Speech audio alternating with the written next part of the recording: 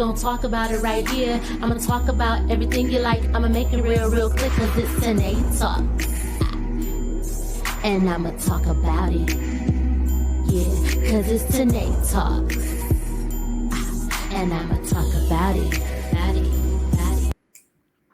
And it's Tynee Talks. And I'm gonna talk about it. And welcome to this episode of the Tynee Talks podcast, the podcast that educates and entertains, the podcast where you come to laugh and learn. I am your host, Tynee, aka Tynee. It's gonna always just be Tynee. Okay, so anywho, I am so excited to have today's guest because we got a hot topic on the line to talk about today. We're talking about Jeezy and Nia Long, and actually just like the importance of having a conversation. And I think that was a great display. So today, who's going to share in that talk with me is the beautiful Chia Morgan, LLMSW. That is a licensed master of social work. Welcome to the stage, baby girl. Thank you. I got one correction though. Tell us. Because for everybody else, it's gonna always be Tynee, but to me, it's Tynee. It's gonna be Tynee. It's gonna be this Tynee. Girl been calling me Tynee since 1996. Literally. That's a long time.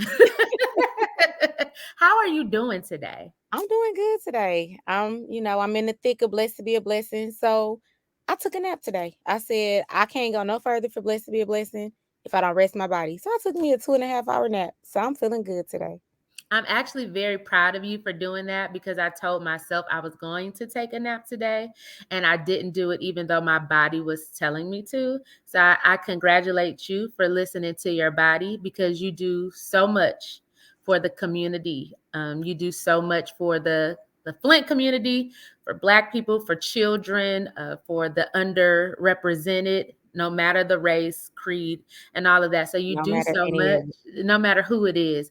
And so I honor you today. I salute you for listening to your body and getting the much deserved rest that you need, Chi. I needed it. I probably needed 5 hours, but we can settle at 2.5. we gonna settle at what we can get. And so Chia, let me tell you a little bit about her and she can expound more. But she is a Flintstone. Y'all know I be having a lot of Flintstones on Tynee Talks. Because it's like they will know forever for you. What they say, hardly home, but always repping. That's me to the core. Flint through and through. And she and I are both from the 48505. The 48505. We both from the north side. But I also always have a lot of Flintstones on because I have a really beautiful garden to pick from. Flint has a beautiful garden of beautiful people and beautiful talent with knowledge. And I always tell people Flint is everywhere and we do everything. Anything that's in pop culture right now, we are in the midst. Whether it's television, film, politics, local, community, government, like we're just right there in the thick of it. And so it's easy for me to pull the beautiful flowers and the fruits from Flint. And so Chia and I met many moons ago. We've done leadership conferences together as youth. We attended Whittier together. We attended Flint Central High School together. She went to Grand Valley. I went to Grand Valley, even though we didn't go at the same time. We both got our degrees from the University of Michigan Flint. We're both heavily involved in our communities, whether when I was there locally, and even me being active here, she's very active there in the Flint community in the state of Michigan, because my baby gonna be lobbying somewhere on the steps of Lansing. And so Chia is just a gem. She is much needed. She's a mother, a community advocate. She started a place where people can get food if they're just walking down the street. They can open up the thing and get food or books or whatever they need. You heard her mention earlier, blessed to be a blessing. She is actually a blessing every year, not just during the Thanksgiving time of year, but all throughout the year, but specifically around Thanksgiving. She has provided meals for those who are experiencing food insecurity or who's hungry, who just need some some family and some fellowship. We know that a lot of people have experienced death. And so she provides that community, that of breaking the bread with each other every year with Blessed to Be a Blessing. And I'm so glad that one year she honored my mom. I could just go on and on and on about Chia. Uh, uh, You're giving me one too many accolades. My hands over here sweating. so you could tell them a little bit more about you, Chia, and also why you decided to start Blessed to Be a Blessing, and why that initiative is near and dear to your heart.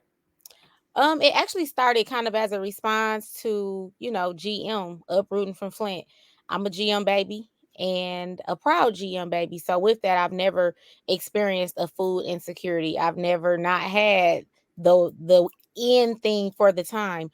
But I growing up in the 4A505, which I'm so proud of, I did witness it. I saw it. I have friends who they went to prison for less than 25 grams because of the insecurities that were going on in their homes or in their community. They said, well, oh, this is all I have to do to be able to take that money. And then it ended up, being a crime for them. So I had a dream, a literal dream, Come that on, I was Martin Luther serving King. food in the community. And I knew that it was from the Lord because he talks to me through dreams. Anytime I've ever had a dream about something, even when I try to ignore it, it always comes to fruition. So I knew when I woke up, I remembered that dream. I don't even eat mashed potatoes. It was mashed potatoes in that dream. So it was vivid for me. And from there, kind of putting together that response of the dream, my passion for my community, keeping in mind some of my friends who were shipped off to prison at early ages. It was like, how can we help the community? And so gave the dinner to Blessed to Be a Blessing. To Well of Hope. They have full rights of it. And it's just been something that is truly the community dinner. It started out with people saying, I'll give a can of corn, I'll donate a cake. Somebody was saying I'll donate a Kessel cake. For people who don't know what Kessel is, that's Kroger. And Right. so it has really been a community initiative from the community to the community. So while I'm the face of it, I really, really stand on the shoulders of so many people in my community to have gotten us to year 15. Thank you. Oh, that's beautiful. 15 years of serving, 15 years of service. Not many people can say that. I have to, I would honestly be remiss if I did not always say thank you, whether it's people sending 10,000 or whether it's somebody sending $30, all of that has enabled me to do the work. And I'm not going to get teary eyed, but it's just like, wow, God, you use me as a vessel and people sow in and trust me. So it's definitely a humbling experience for me. it's in the right hands. God used the right vessel. He used the person that can reach the people. You can go into any room, Chia, with the big wigs and even the less among us, or how people perceive them to be the less among us. So that's beautiful. But like what you saying, I can go into every room. That's kind of like why I'm so excited to be here, because whether I'm listening to Jeezy or whether I'm literally in the room with the Honorable President Biden, I can adjust and I can understand what's going on. Baby, that's that. I was just talking to Stacey Williams. He's going to be on another episode of Tynee Talks called HBCU Only. But we were just kind of talking about that Flint hustle and how we can go from the boardroom to JB's. How we can. Like, okay, I told prosecutor lady, listen, if you open Palm Tree up, call me first. I'm be the first one in line if you ever open it Baby, back up. open palm tree Open back the Palm up. Tree back up.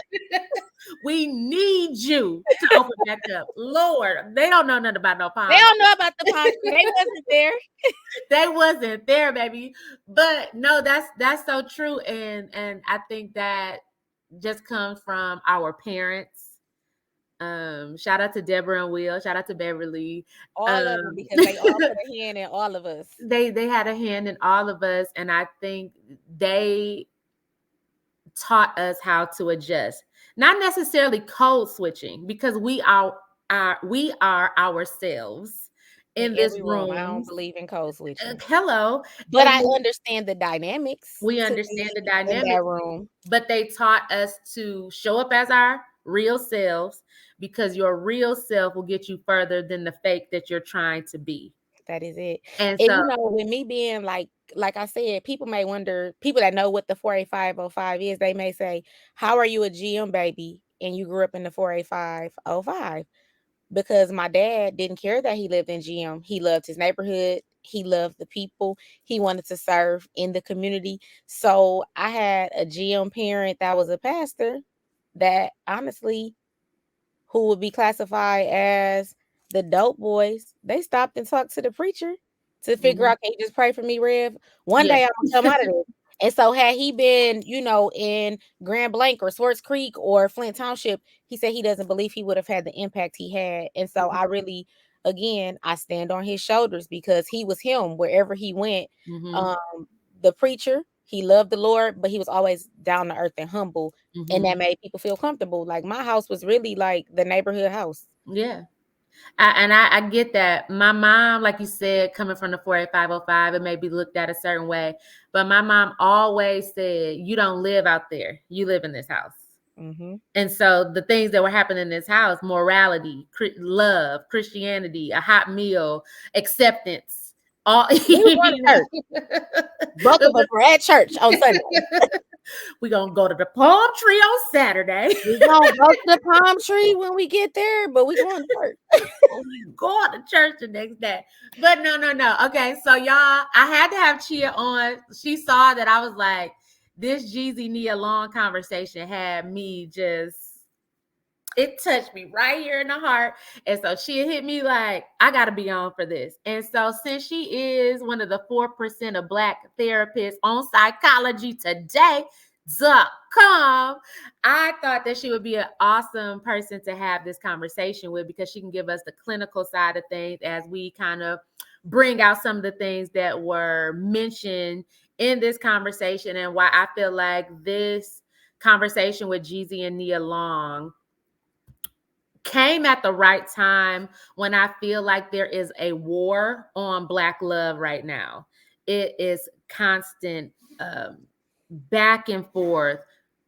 Blaming. It's a lot of blaming. It's a lot of pointing the fingers in the conversations that I'm seeing online. It's a lot of you should be doing this. No, I should be doing that. And there's not enough And I listening. don't want to hear, stop asking us, do we go 50-50 with our man? Do what you do with your man, because we don't even want to talk about it no more. Do what you do. Do what you do, and that's what works. And that's That's it. the That's answer. all because what works for me, it may not work for you. And And that's that's okay. But and stop that's asking me. okay. I've answered the question a lot of times. Don't ask us no more. Listen, someone said it many, many years ago, and I can't remember who said it because I've heard it from varying folks. But when you're in a relationship, it's not always going to be 50-50. Sometimes it might be 20-80. Sometimes it might be 45-65. Sometimes it might be 70-30. You might be up one day, they might be down. So when you hear things like in sickness and health, that speaks to a bigger picture of trials and tribulations. But sometimes It people take does. things Like, so literally. yeah, like Deborah and Will. If you know Deborah and Will, they locked in. Like, it may look like they really got 200% because it looked like he doing 100, it looked like she doing 100. But there's been days where Will was like, "Look, I have to preach today, and I have to be at the shop. At the same time, I'm supposed to be in the pulpit. Like, I can't do nothing with the kids today. So, Deborah, I need you to step up and handle X, Y, and Z." And then there have been days where Deborah is saying, "Hey, I'm in the middle of making a dressing for Blessed to Be a Blessing, honey. I can't cook our dinner for here." And Right. Will is like, "Well, my mama taught me how to do this." That's not necessarily 50-50. It might be 70-30, but they Mhm. do what works for them. Mhm. And then we see them like this. So, like, Mhm. we have to learn that that might not work for somebody else because another husband might say, "Okay, you better figure out how to do Blessed to Be a Blessing and get this on the stove." And that works for them too. But we Right. can't judge it. But it's just like, I've enjoyed benefiting from being able to see them do what works for them. Yeah. And I love that. And so we're just going to pull out some things from the conversation. Feel free to pull out something that you felt. But at the top of the key that I wanted to talk about is when Jeezy acknowledged that he was sexually molested as a little boy. Mhm. And even within the conversation, he didn't want to put the moniker on it. Mhm. He said, "My babysitter touched me. She did some inappropriate things." And then Nia had to say, "So you were molested." Yep. She had to put the name to it because we got to call a thing a thing. You do. And she put the name to it. And I feel like so many young boys are sexualized at early ages. You know, we talk about where we from. I come from a neighborhood where boys were talking about sex in elementary, even though I didn't know what was what, that they were advanced, or it was okay to lose your virginity early on, and it was considered cool, it was considered okay, it was considered, oh, you ain't gay because you know you've had Yeah. this early onset experience, a sexual experience. So as a therapist, talk to us about why, number one, it's important to call a thing a thing, and why we should also protect Black boys, and also maybe speak to why it might be difficult for Black men, boys who become men, to talk about the devastation of those Right. sexual encounters at an early age. So I think it's important to call a thing because, as you say, someone touched me.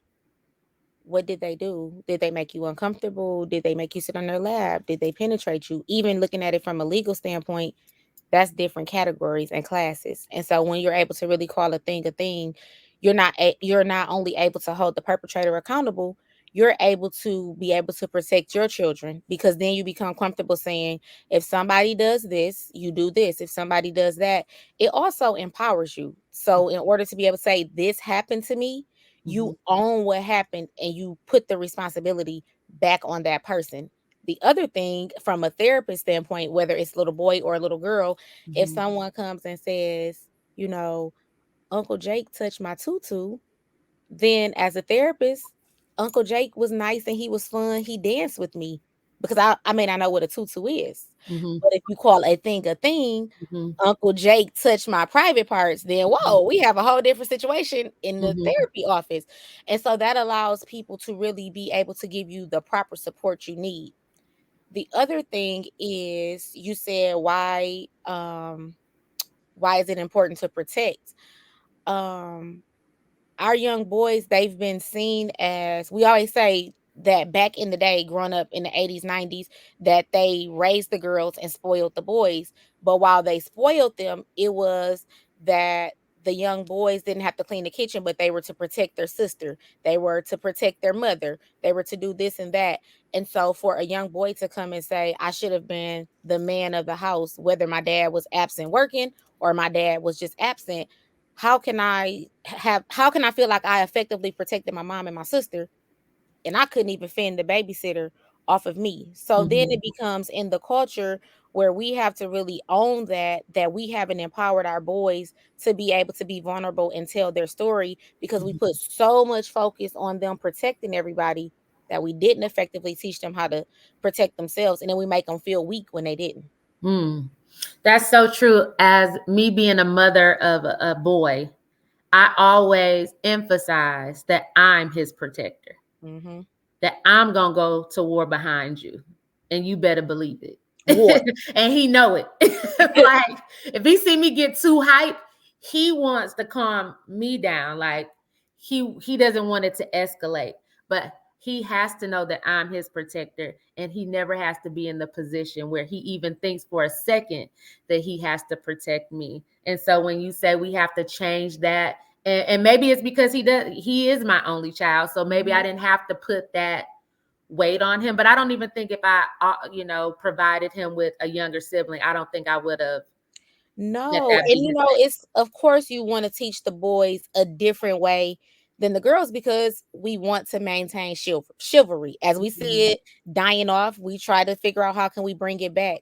But there's a difference, in you have to protect the household, you have to protect the family name, you have to put this false sense of manhood there, Mhm. and look after your sister, don't allow anybody to disrespect her, bring the groceries in for your mom. There's Those are two different things, but True. oftentimes in the Black community they're clumped as one, and it literally makes me cringe when I'm in a store and a little boy might fall suck it up, you a boy. It just bothers me Mhm. because you have broken his safety zone where if somebody really does something to him, he's not coming to tell you what happened. Cause And you so gonna tell he him to suck it endures, up. no, he gonna suck it up.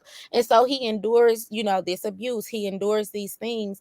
And um, it's just unfortunate that as we look back at the 90s, there's so many young boys who I can think off the top of my head, like you said, they were openly talking about it. Back then it seemed crass and it seemed cool and things of that nature. But now when you look at it, probably 7 in 10 of them were victims. And Mm. so they wouldn't have just been sexual boys. Their portal was opened up and Yeah. they were violated. And so now they're sitting back trying to figure out, man, how do I put the pieces back together? And then it opened up other wounds, anger, because I'm mad at everybody. So they fighting mad, boom, they in juvenile. They are not wanting to go to church. So then they're getting in trouble with their mom instead of mom saying, why don't you want to go to church anymore? Because it may have happened, there, or Mhm. we saw them start drinking at an early age. And Mhm. so it's easier to say, oh, look at that little boy. He 15 and drinking, not realizing he's trying to get those thoughts of his grandmother Or doing what he whomever, did. or Yeah. whomever out So of their it's just like, or grandfather, because we have to call a thing a thing. And so as we began to open up that conversation, like I have a daughter, and so this, the story is different, but I've named her body parts for her. I've given her examples. If somebody does this, they do that. We need to give our little boys that same respect because unfortunately, these pedophiles don't care if it's our sons or our daughter. And we just really hand our kids over to them when we don't prepare our boys as we do our girls. You're absolutely right. We'll move on from that a little bit.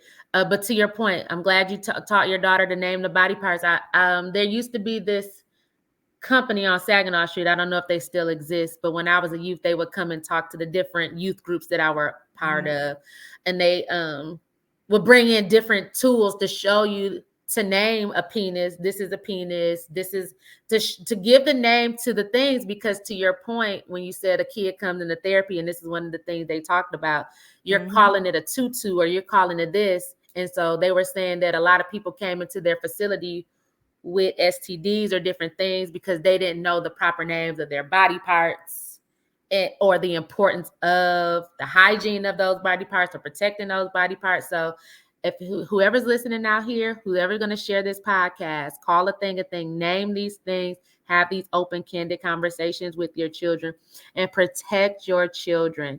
I want to do one last thing before we move on because I would be remiss.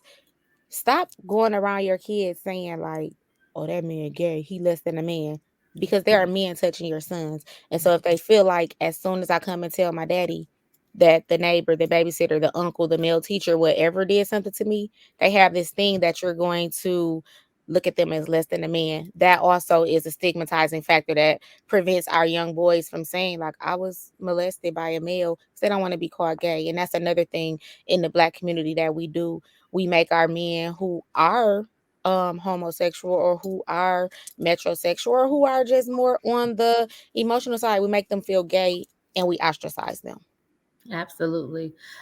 So you talked about the mother maybe being in the grocery store saying, "Hey, suck it up," and Jeezy really pointed out how he constantly wanted his mother's approval, never got it, didn't get that protection. It festered on him going into the streets and him always constantly feeling guarded.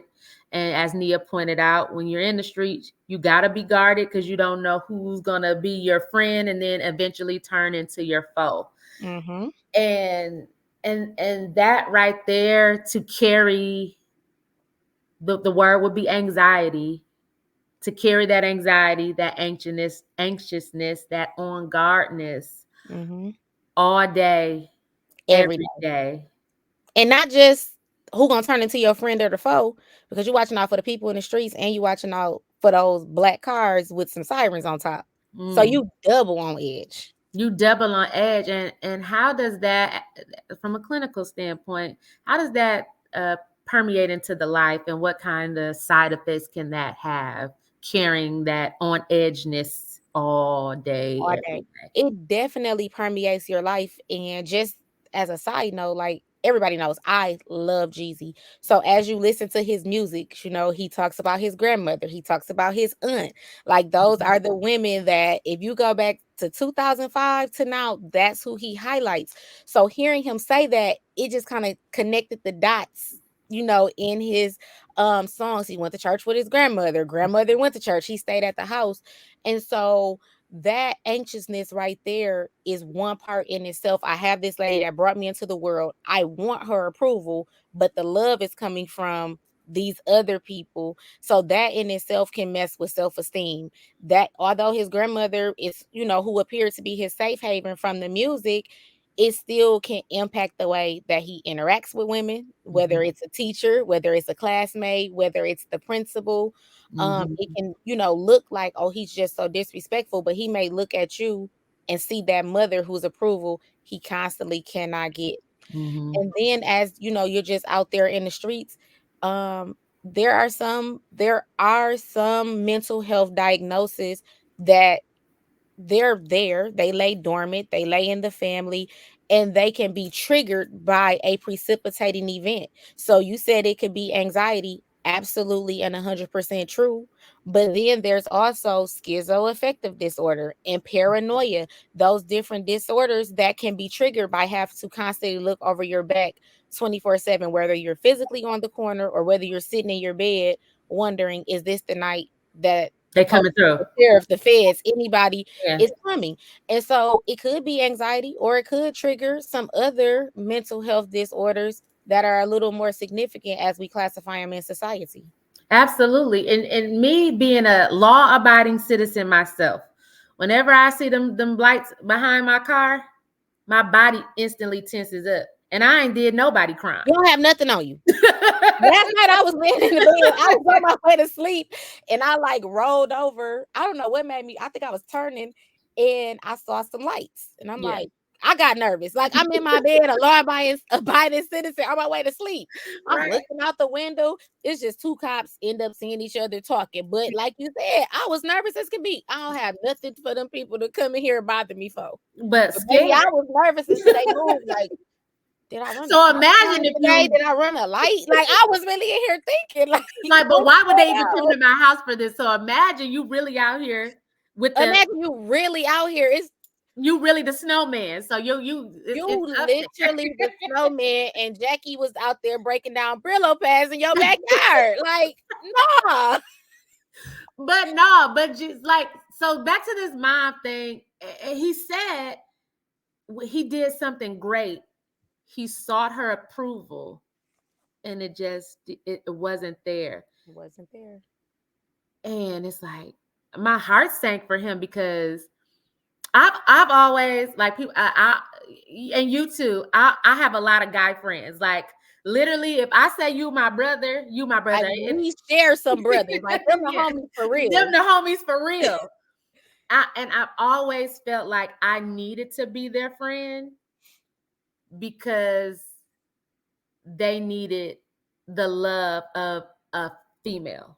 I have a friend. I will not say his name. Mm-hmm. We met in fourth grade. I can't tell you what grade he in because you might figure Yeah, out who right. he is doing the math. You don't gotta do no identifiers. I can't identify him, but we met. He was so angry. All I said was hi. And baby, when I say he spit in my face, Yikes. so I went home We and would have fought. Like we would be cool afterwards, but spit is where I draw the line. like, it was like real spit. I went home and I told Will. So Will, he the preacher, but he like we live in the 48505. So And Will like what? I'm a rider by my daughter. Will like what? So I'm like, I don't know him. I never seen him. I just know we went to school together. So we'll go up to the school. He set up a meeting for the parents to come. And in that moment, a lot of trauma that he was going through was explained in the meeting Mhm, to Will. And he came, he apologized, and he has been one of my closest friends since then. mhm, Because my dad, like you said, you felt like you needed to be their friend. My dad in that moment understood he could have derailed that young man's life further by demanding that he's expelled and I'm gonna fight your daddy and I'm gonna do this. Or he could have understood the magnitude of the trauma mhm, and taught me how to be empathetic. And I think that was a defining moment, because that, for someone to spit just from you saying hi at That's 9, crazy. 10, and 4th grade, I didn't know, but I'm grateful for a father who had the emotional stability to say, "Let's handle Intelligence. this a different way." Hmm. And so I do understand that person on a different level. They come, they talk to me about different things, because sometimes our men, they don't have a mom that they can talk to. They don't have a mom who's emotionally available, and they still need that female perspective to be able to say, like, "Bro, you tripping. You tripping, Bro, or you did what's an wrong? amazing job. Like, I Yeah, cannot believe that you detailed that car like that. yeah. You did that?" They need Like, some they positive need wherever it reinforcement. come from. Yep. Yeah. They need, I'm a hugger. If I see you, I'm a hug. And I'm lucky that I have a partner who's not jealous and who understands my heart. Mhm. I've dated someone who would be flying off the handles because Baby, I have dated somebody that was like, every 3 minutes I was cheating, because, like you said, when we grew up in our neighborhood, we were everybody know close us. with them. Yeah. And my house was that house. So they like Mhm. coming up like, hey sis, like, my dad has fed, clothed, taught how to tie ties to more meals than he has nephews. Yeah. And so I've had that partner where it's been like, "Hey sis, how you doing? You good? You need anything? Your mama daddy need anything?" They Mhm. never looked at me romantically, Mm-mm. but it was just like my mom provided that soft landing, that, "Oh, you got Yeah. an A today? Okay, I'm gonna bring pizza to the school Mhm. tomorrow."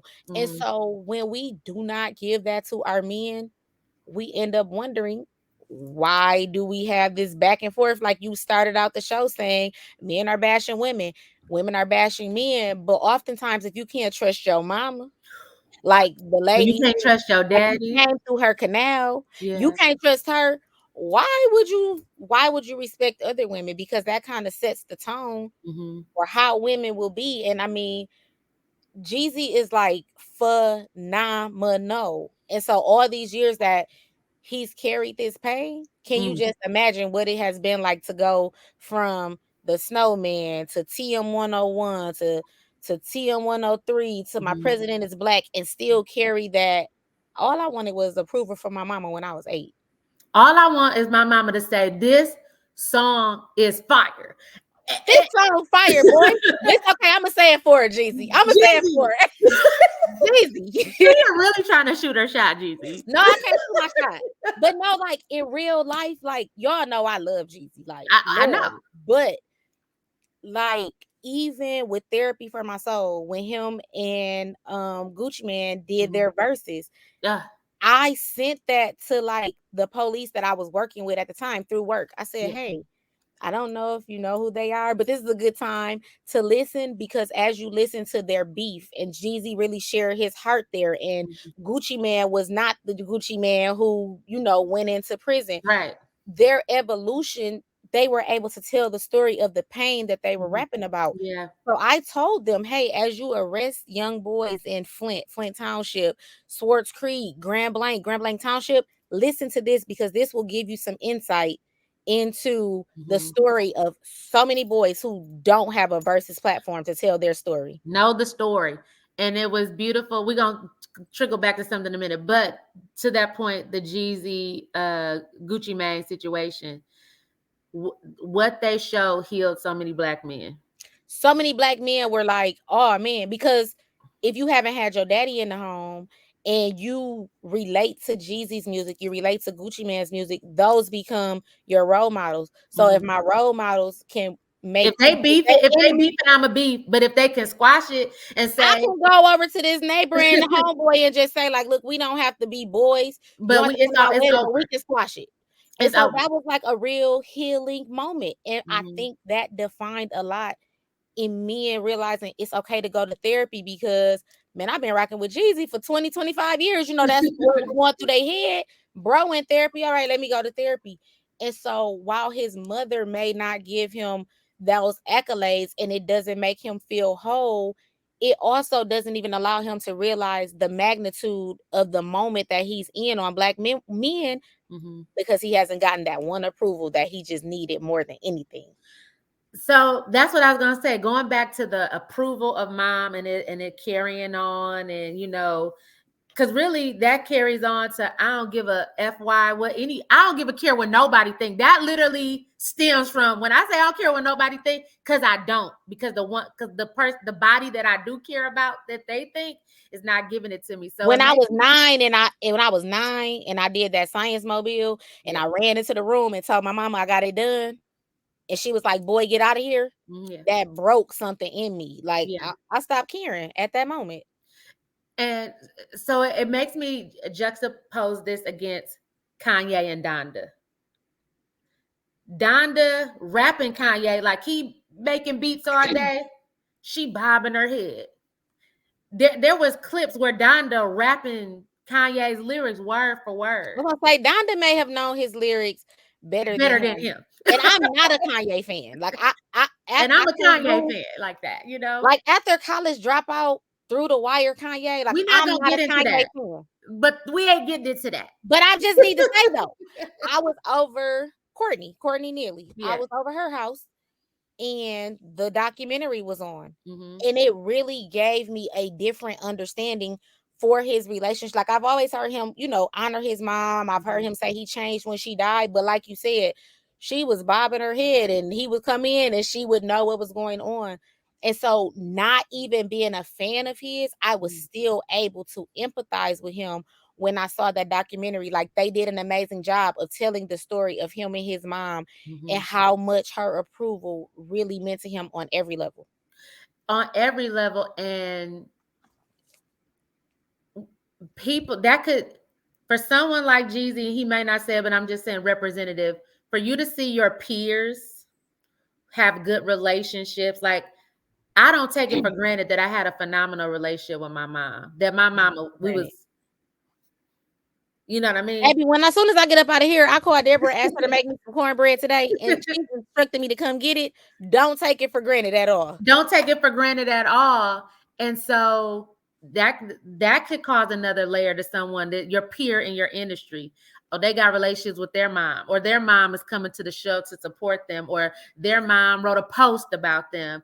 That also trickles. That's just like the kid who spit on you, who like she coming to school What you dressed. smiling for? She's smiling. She didn't came to school dressed. She looked like she's well fed last night, and you're suffering, and that breeds a whole nother thing. It brings a whole nother feeling, and so that's why I say like I never condone, domestic violence. I never condone any of that because after a certain age, much like Jeezy has done the work, you have the responsibility to go. However, I do empathize a lot. Like when, I think that it's important when and I've advocated for this with our judges, when you're sentencing these men for domestic violence to jail, Mhm. get them some court mandated therapy so they can pull back those layers because they may not even remember that something broke in them at 9. All they remember is just turning cold and angry then. Mhm. As they pull back the layers, they may be able to get to that factor that makes them say, I hate women. Women Mhm. are just objects. Women are just objectives, Mhm. not to, steer the conversation, but even look at Blueface for all intents and purposes, I don't need to hear the name again. But when you Please see don't. what his mom comes on there and does, Then you understand. You it's like, like, oh, oh, this baby, okay. You look at okay, him in a whole different light, and then you yeah, still don't want to hear from him again, don't. but you understand. Like, But I oh, understand. that's what it's like. Moms really have a greater impact on their sons than they will ever, ever, ever realize. And men too. I have to say that we often say like, well, the mama's there, but the absence of the father or the lack of support, participation, mama is the easiest target to blame because Mhm. society says that mom is supposed to be this way, and they have normalized dad's absence. But it is just as important having that balance.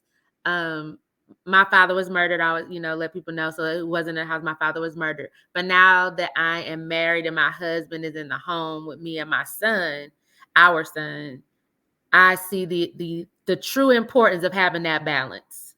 The balance is needed to balance out the children, for It's sure. definitely needed, and I think that a lot of times, I can go down a rabbit hole, you say, of me talking about the underrepresented and the underserved, but when we talk about the 90s, we had a time. A We time of had a time last night. But at the same time, there's a lot of pain that was derived from the 90s with the broken families, whether it was, prison or whether it was the crack era or whatever. But that has definitely impacted our men today. And mhm, we need to make it a safe space and say, hey, honey, you so fine. mhm, I see that this is pain for you. mhm, You want me to go to your first therapy session with you?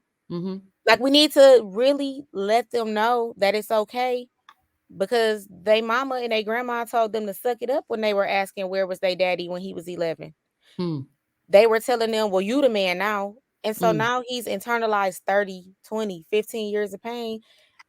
We need to get back to women nurturing instead of being so focused on going 50-50. mhm, Can we nurture them into healing some of those things that Jeezy shared with Nia Long? And I think their conversation really struck me as a clinician as well because her pain was put on the worldwide stage not too mhm. long ago, and Yeah. she still handled him with such Such grace. care, such Yes, such such grace, such delicacy. care, such caution, Yes. from the calmness of her tone of voice, to her looking him in his eyes, to her Calling out a thing for him. calling She out a kinda thing for literally him, finished some sentences for him even when he was like, "I'm here, but I can't go that next step." She and was she getting him pulled right it to out, that and then threshold. he was able to expound on it. So, like I said earlier, me being the friend, the sister to so many guys,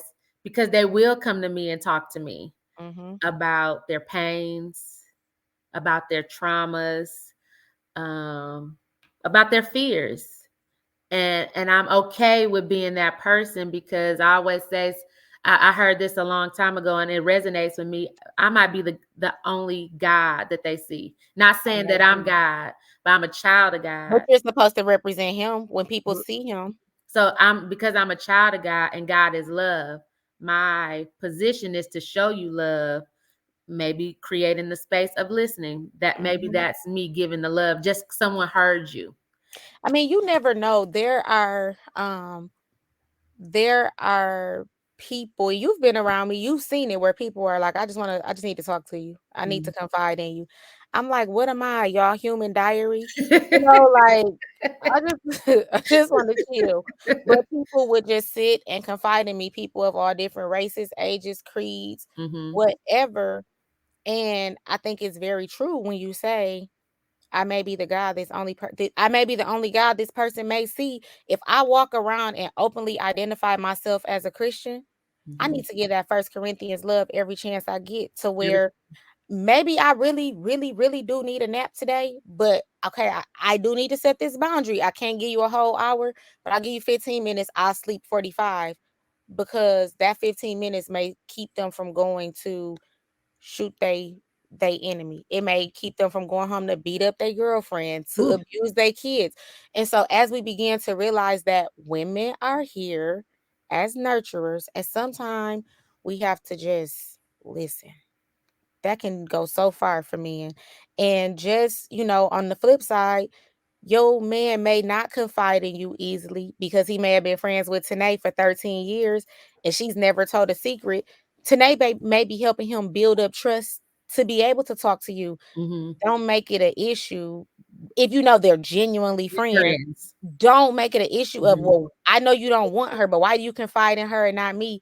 Because sometimes you cannot understand the magnitude of pain Mhm. that that person has absorbed over the decades. Or they're not ready to tell you yet because they want you to see them in a certain light. And so them exposing their weakness to you, it's like, dang, I don't want her to see it. But just know that if you the one, they gonna open it up to you at some point. You know what I mean?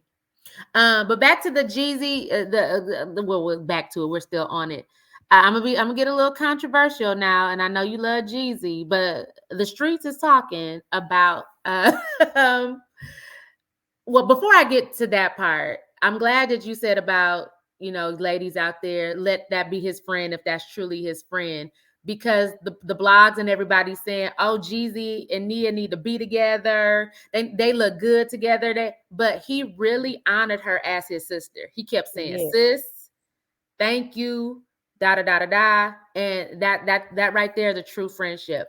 But on the flip side, with the whole Jeannie Mai thing and him breaking up, the streets are saying that he married a non-black woman, and now that he is going through his healing journey, he's come back to the black woman using Black America's sweetheart, which is Nia Long, to bring him back into the fold, where some black women felt betrayed, that we were your supporters this whole time. Jeannie Mai just came out of the woodworks, and now you're coming back to us to get your nurturing, to get You want the your. clinical answer, or you want I the want both. fall back off my boy? Okay. First of all, Not far back. fall back. Okay. This is not a Jeezy slander safe zone. The other Not thing a safe is, zone. it's not a Jeezy slander safe zone. Okay.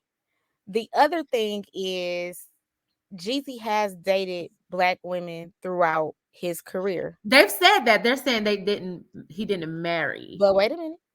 But wait a minute. Jeezy has, whether you like her or not, Jeezy was very instrumental in getting that black woman that's in the White House right now in Atlanta, with his time, his resources, all of that. So although he did not marry a black woman, he's never removed his love for black women. He's never openly disrespected them, in his interviews. He just happened to love Jeannie. And Mm-hmm. so I think that it's okay. I always say that, like, I don't mind interracial dating, as long as it's not I'm dating them or marrying them because black women can't. Yeah. To bash a black woman. He hasn't done that. So Okay. he saw a beautiful girl and You she had a fine. little bit of flavor and sauce, and she bagged him. Yeah. But I don't feel like he's coming back to black women, because he's continuously loved the black woman, supported the black woman with his friendships, his concerts. It's not like we just saw Jeezy go start doing Metallica and then now he's coming back, like, it's Jeezy been Jeezy. Jeezy Yeah. been Snowman. And so I don't think that it's fair for us to say that for him or anybody else, all jokes aside, Mm-hmm. because he stayed true to who he is. He's always touted his grandmother as that rock for him. Mm-hmm. So, I mean, now you might just want to figure out what you need to do to bag him. Now that he's in You that said situation, but we can't hate on him because even the show she was on, she always said little controversial comments, but she worked with black women, so it's not yeah. like he went on vacation and came back with her and we can't really Yeah. figure it out. She's a little cultured, Yeah, and she cute, and she cute, she got her. and they I little can story say of she how got they her got own together. bag, huh? They little story of how they got together, it's always been beautiful to me, Mm-hmm. always. But it all makes sense after he did the interview, because she reaffirmed him on Mm-hmm. that first date. They did salsa dancing. She had to have homework. She met that need of him needing to feel Mm-hmm. embraced, Mm-hmm. validated, all that. Yeah. Are you wishing that they get back? That they come back or find their happy back together? I don't want to say that because I don't. They have been so good about like keeping the details out the media, so I don't really know, what happened. But I am gonna say that they were cute together, and I did like how their love story started. But if he find his way to the 48505, I won't be mad or nothing. Okay, well, a lot of people were saying that typically men don't file divorce, and he was the filer for it. And he also mentioned in the interview that therapy couldn't fix it.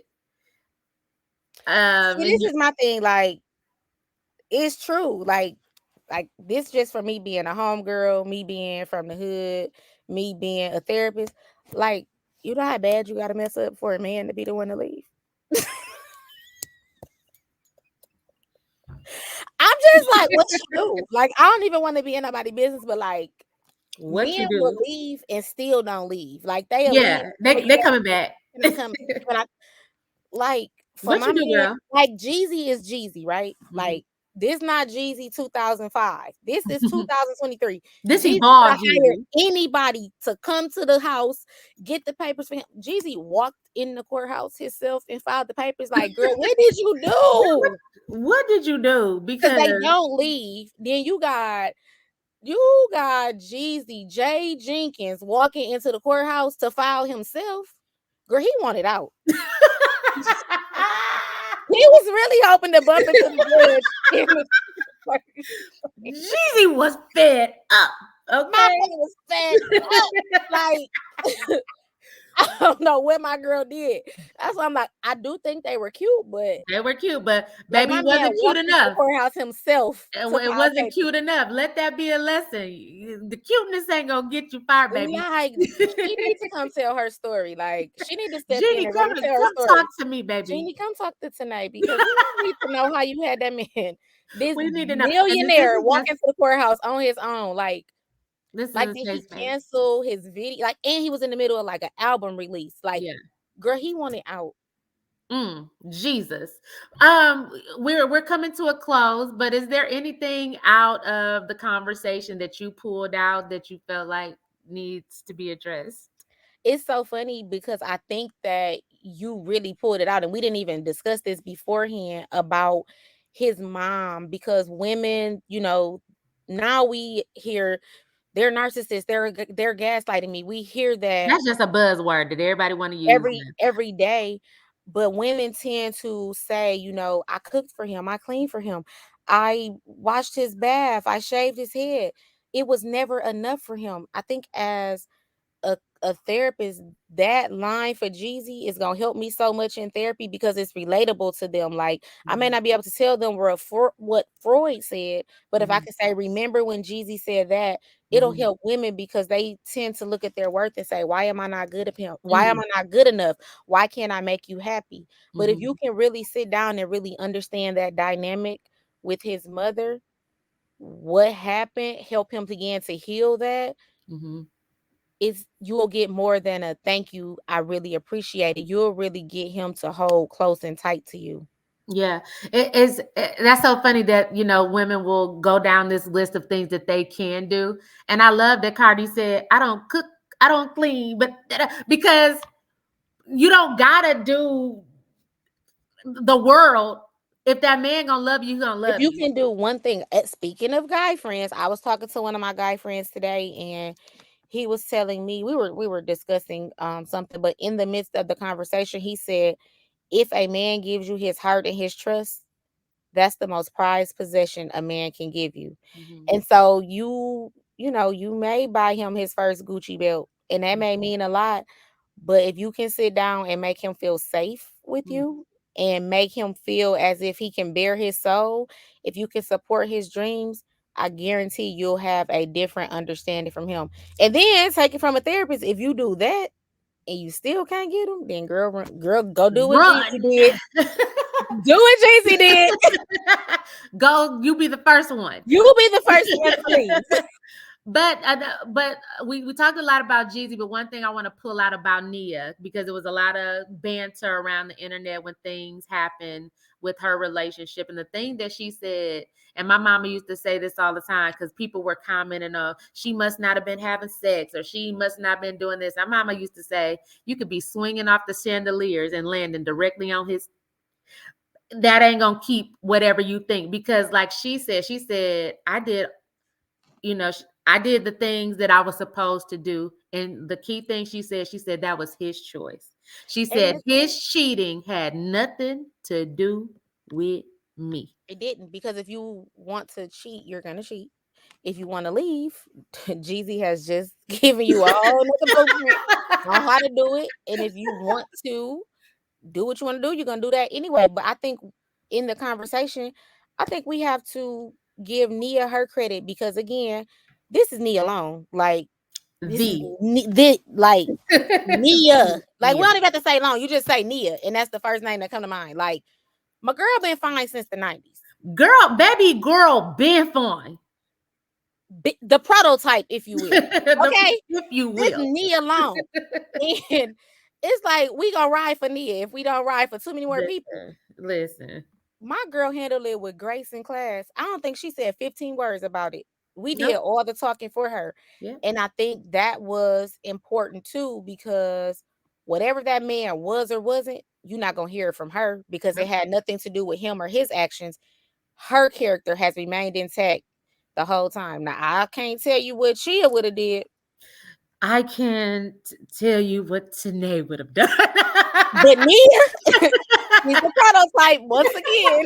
Nia is also not from the 48505. But you Nia know, is also not from the 48505. wait a minute. Another thing that stuck out for Nia when she was like, "Oh, I know you on edge because I dated drug dealers." And Jeezy was so shocked, like you.